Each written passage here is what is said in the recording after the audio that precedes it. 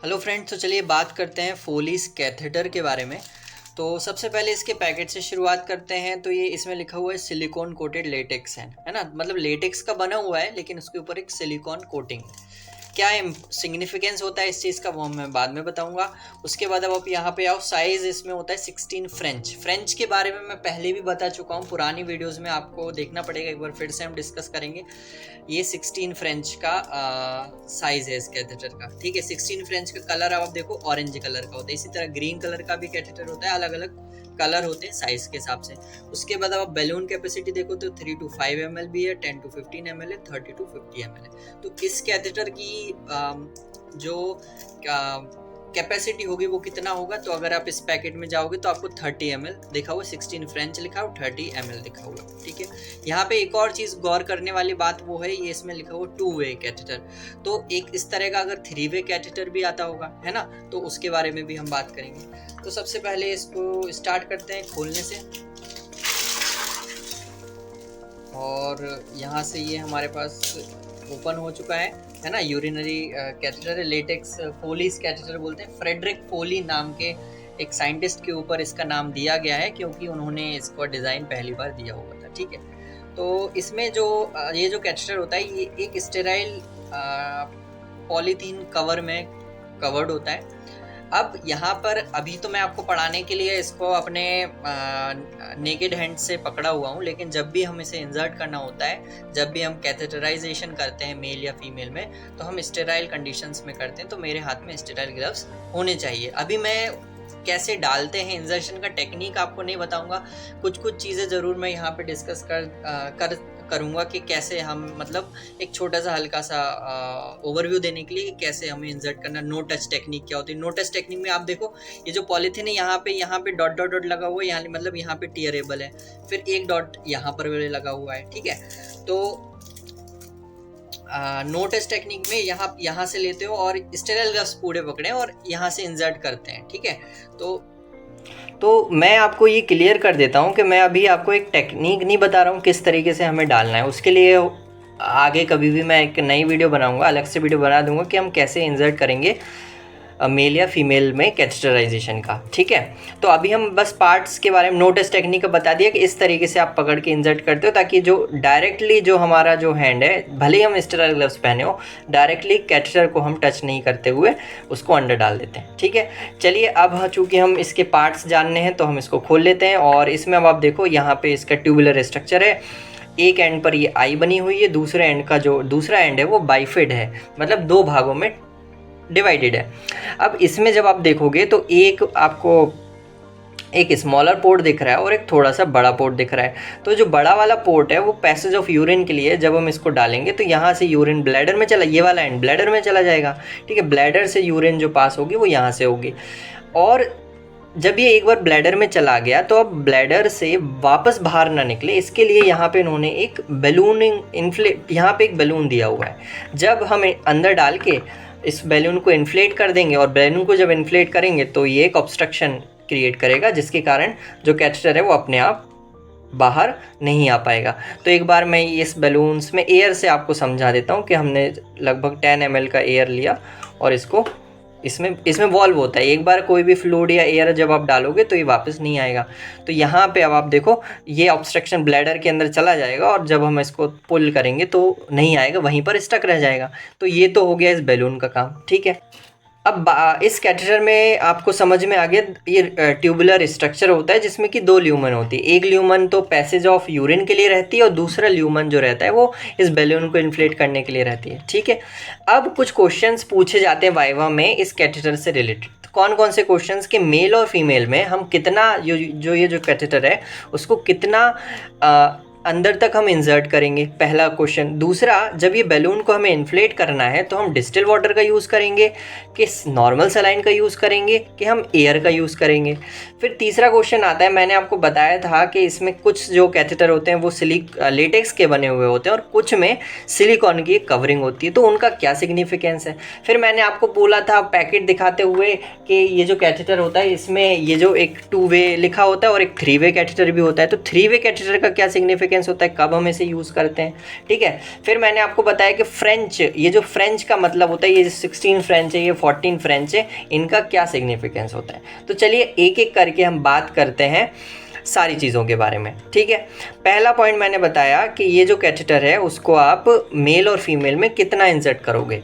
तो हमें पता है ये जो कैथेटर है, अगर मैं इसकी लेंथ को मेज़र करूं तो अप्रॉक्सीमेटली 30 सेंटीमीटर के करीब आता है। इसमें अगर मैं एग्जैक्ट देख लूँ तो ये लगभग 33 सेंटीमीटर तक यहाँ पे आ रहा है ना, 33 सेंटीमीटर तक इधर पे इसको हम मेज़र कर पाएंगे, है ना। 30 सेंटीमीटर यहाँ पे रह गया, 33 इधर पे, ठीक है।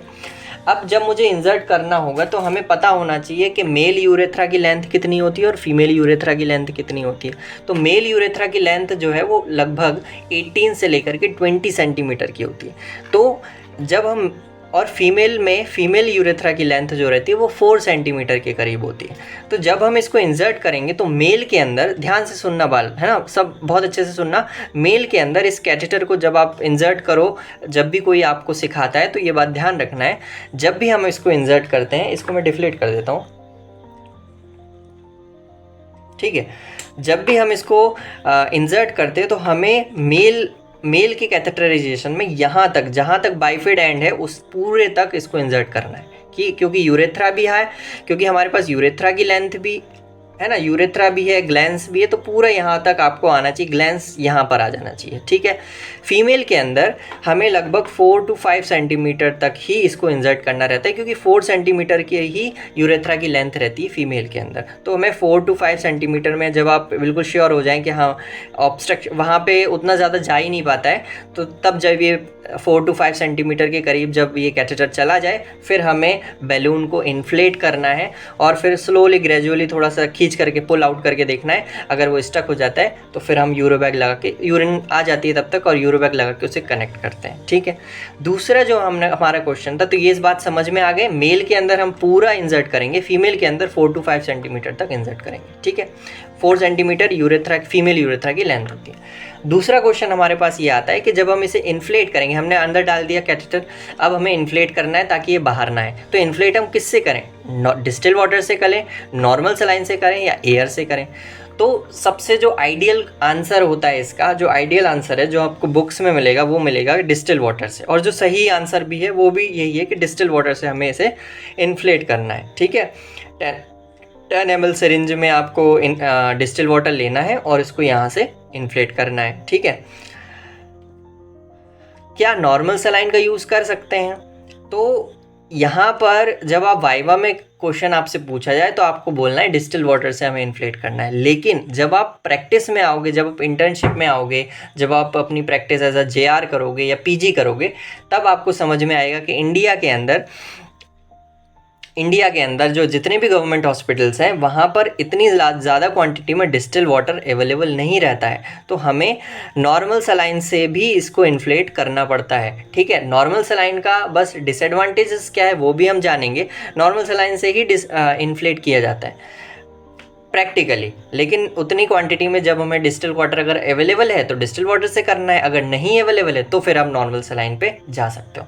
नॉर्मल सलाइन के क्या डिसएडवांटेजेस हैं, क्यों नहीं करते नॉर्मल सलाइन को, आइडियली नॉर्मल सलाइन से क्यों नहीं किया जा सकता? क्योंकि नॉर्मल सलाइन में जब आप देखो कि सलाइन सॉल्यूशन है, जब लंबे समय तक सलाइन सॉल्यूशन को आप रखे रहोगे बैलून के इस बैलून पार्ट में, तब उसमें क्रिस्टलाइजेशन होने का खतरा रहता है। जब एक बार क्रिस्टलाइजेशन हो गया और वो क्रिस्टल्स के थ्रू वो ये बैलून रप्चर हो सकता है और कैथेटर बाहर आ सकता है। दूसरा पॉइंट ये है, कैथेटर बाहर आ गया, रप्चर हो जाएगा और कैथेटर बाहर आ जाएगा, जो क्रिस्टल्स हैं वो भी कहीं पर ऑब्स्ट्रक्ट करके इंजरी करवा सकते हैं। दूसरा पॉइंट ये है, जब ये बैलून रप्चर होगा क्रिस्टल के थ्रू, अगर बैलून रप्चर हो गया तो जो हमारा नॉर्मल सलाइन है वो ब्लैडर के अंदर आ जाएगा और उससे ऑस्मोलैलिटी डिस्टर्बेंसेस भी हो सकते हैं, ठीक है। तो वो दो चीज़ें हमें, 2 पॉइंट्स हैं जो हमें ध्यान रखना है। इसके बाद एक क्वेश्चन आता है कि आप एयर से भी इसको इन्फ्लेट कर सकते हो? बोल तो सकते हैं एयर से भी तो इन्फ्लेट हो सकता है सर, अगर दोनों चीज़ें अवेलेबल नहीं है तो इसका आंसर है नहीं, एयर से आप इन्फ्लेट नहीं करोगे, क्योंकि यदि आप एयर से इसको इन्फ्लेट करोगे तो एयर जो है वो वाटर में या कोई भी फ्लूइड होगा तो उसमें एयर जो है वो फ्लोट करेगी। तो जब ये इस लेवल पे फ्लोट करेगी तो जो आई है वो वाटर लेवल के जो आपका यूरिन लेवल होगा ब्लैडर के अंदर उससे ऊपर रहेगी।